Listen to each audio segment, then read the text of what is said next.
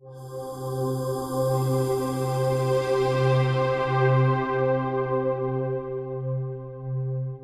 région est un bel endroit pour grandir, un beau terroir, avec des outils d'innovation extraordinaires. J'en suis d'ailleurs la preuve. Ma société qui depuis 20 ans se bat à l'international, est issue de ce monde de lien entre la recherche, le monde de l'innovation et la création d'entreprises et la montée de l'innovation qui atteint son marché et qui arrive à grandir.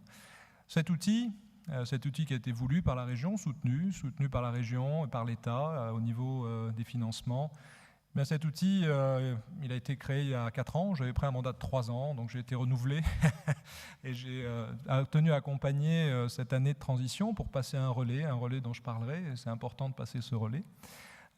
Ces 4 années qui ont été 4 années importantes avec à l'origine la vision.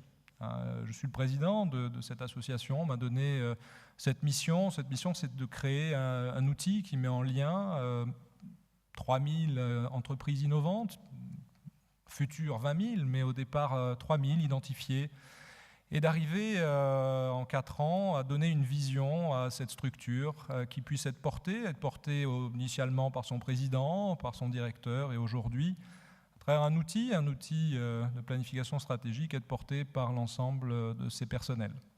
Alors cette vision, quelle est-elle ?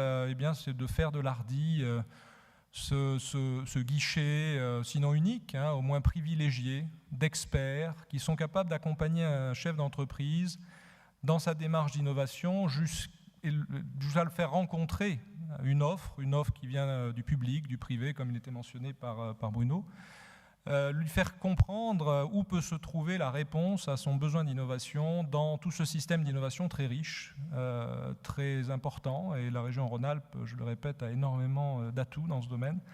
Lui faire comprendre, lui rendre lisible, l'accompagner, et de faire aussi le chemin inverse, c'est-à-dire que l'ensemble des offres d'innovation arrivent à trouver le chemin vers ces PME pour les faire grandir, les faire atteindre une taille qui les rend encore plus compétitives à l'international et à en faire des ETI, puisque l'enjeu, c'est que les PME deviennent non plus petites et moyennes, mais de plus en plus grandes, favorisent la croissance et la création d'emplois en Rhône-Alpes. Donc cet outil que nous avons mis en place, il est résumé un petit peu là. Donc c'est un outil de planification stratégique. La stratégie, ce n'est pas uniquement la vision du président, c'est aussi les gens qui sont sur le terrain, qui sont capables de porter une vision stratégique, de l'amener et de faire que les enjeux auxquels ils sont confrontés soient pris en compte, soient gérés et qu'on mette les outils en place pour les gérer. Une enquête de satisfaction qui montre que l'Hardy est aujourd'hui reconnu, connu, les missions sont connues aussi, ce qui prouve que le lien, la communication et l'apport d'avoir tourner l'Hardy vers les entreprises et en allant bien défricher sur la carte le terrain des entreprises, mais aussi le terrain des agences et de l'offre d'innovation, des résultats qui aujourd'hui sont là et qui ont été concrétisés par les équipes. Et je crois que pour eux, c'est quelque chose de concret, de positif, sur lequel ils peuvent s'appuyer pour la suite de l'Hardy. Je l'ai dit, la meilleure réponse, c'est certainement le chiffre de satisfaction. La contribution, je pense, a été double. La première, ça a été de le rendre plus lisible le système d'innovation au service de ces entreprises qui ont ce démarche d'innovation, ce désir d'innovation, 3000 qui ont été identifiés sur laquelle l'Hardy a concentré l'effort. Pierre angulaire pour l'ensemble des acteurs et cette mise en relation avec l'ensemble de systèmes de recherche publics, privés, systèmes d'innovation, mais aussi des grandes entreprises et des grands groupes.